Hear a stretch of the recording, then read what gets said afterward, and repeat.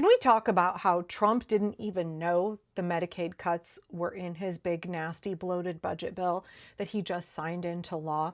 I mean, he's not the only one. The 900-page bill was crammed through Congress so quickly that several representatives, including Marjorie Taylor Greene, admitted they voted on the bill without having read it first, and they were unaware of the number of provisions that they supported. But there's some new reporting out from the New Republic that says Trump apparently didn't know his own bill's extreme Medicaid plan. A Republican representative had to tell Trump what was in his big, beautiful bill. According to the reporting, Republican members of the House had to sit down with him on Wednesday and explain that his bill would indeed slash Medicaid. Y'all don't even... You know, when I made a video saying this is a kakistocracy, which is where the most incompetent, least qualified people are running the country, and I used RFK as an example, it's really everybody. It's everybody in this administration, except maybe some of the very intelligent, deeply evil people behind the scenes who are kind of pulling the strings, right? Stephen Miller, Russell Vought.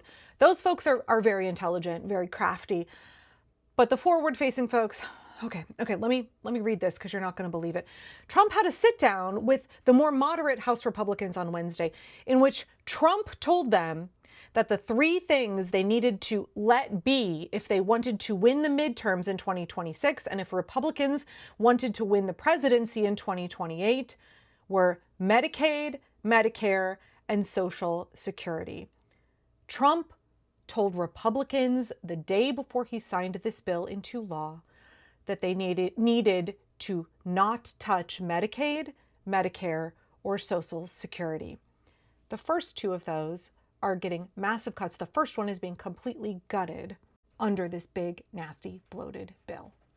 According to the reporting, a moderate Republican in that meeting had to tell Trump, but we are touching Medicaid in this bill.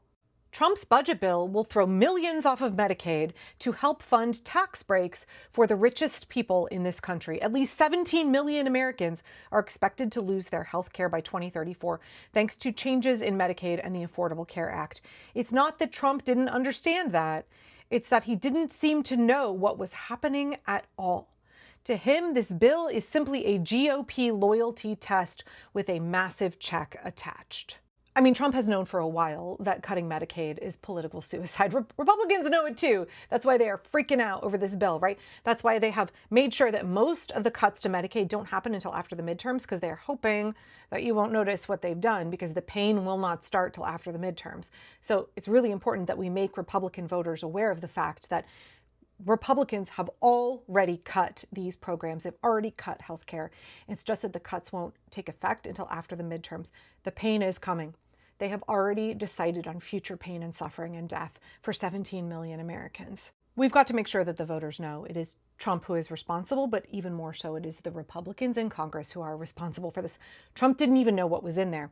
He knows cutting Medicaid is a bad deal. He just told Republicans, don't cut Medicaid, don't cut Medicare, don't cut Social Security, or you're going to lose in the midterms and we are all going to lose in 2028.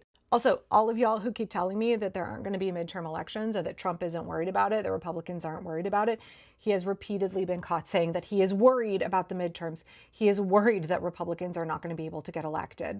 It's super important that we make sure the voters know, even though the pain will not be felt until after the midterms, Republicans have already done this. They did this. They inflicted suffering and future death on tens of millions of Americans because they wanted to prove their loyalty to a fascist authoritarian dictator.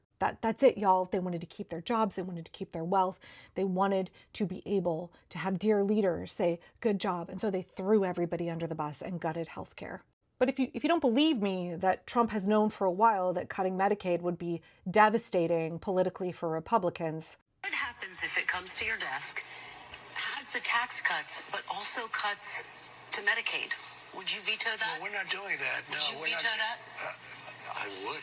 He didn't. He passed that into law yesterday, and they all did a big happy dance about it. They were all cheering about taking away health care from 17 million Americans.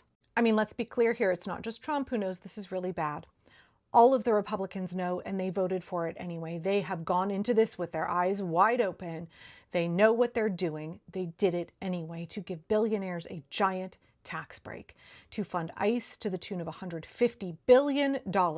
ICE is now better funded than the entire military of Israel.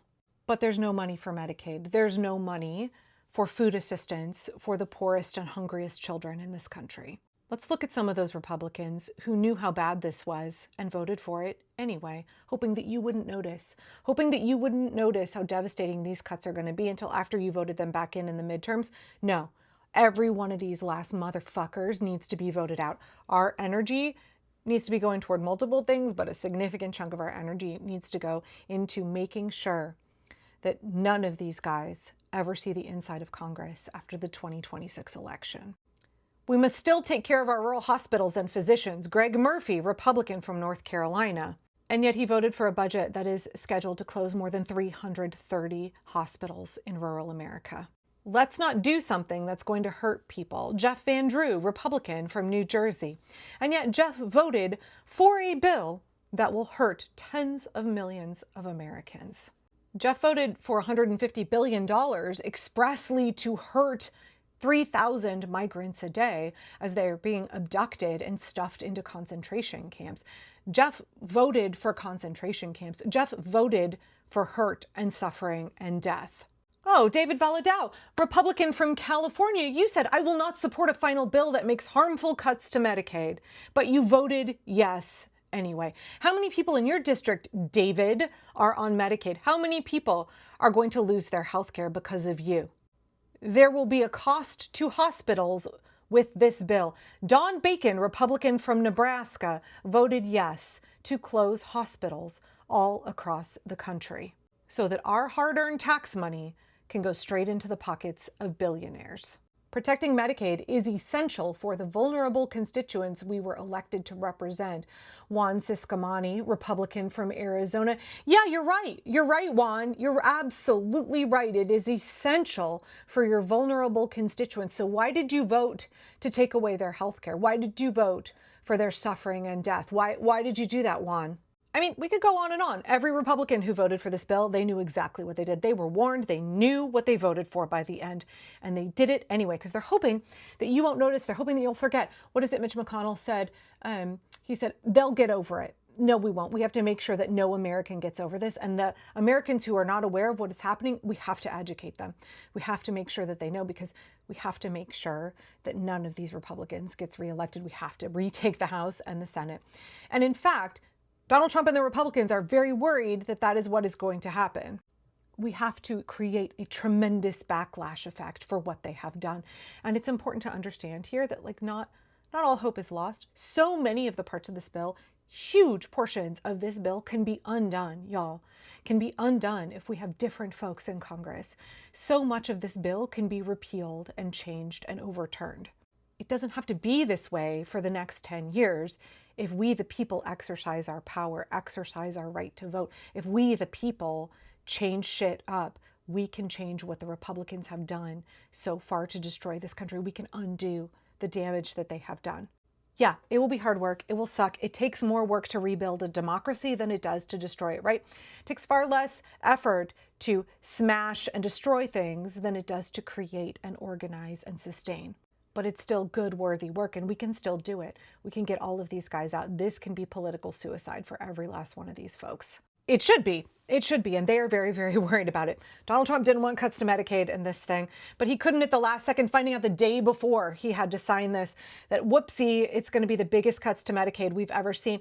He couldn't say, oh no, after pushing and manipulating and threatening all of these folks into voting yes, he couldn't turn around and then not sign it. He backed himself into a corner.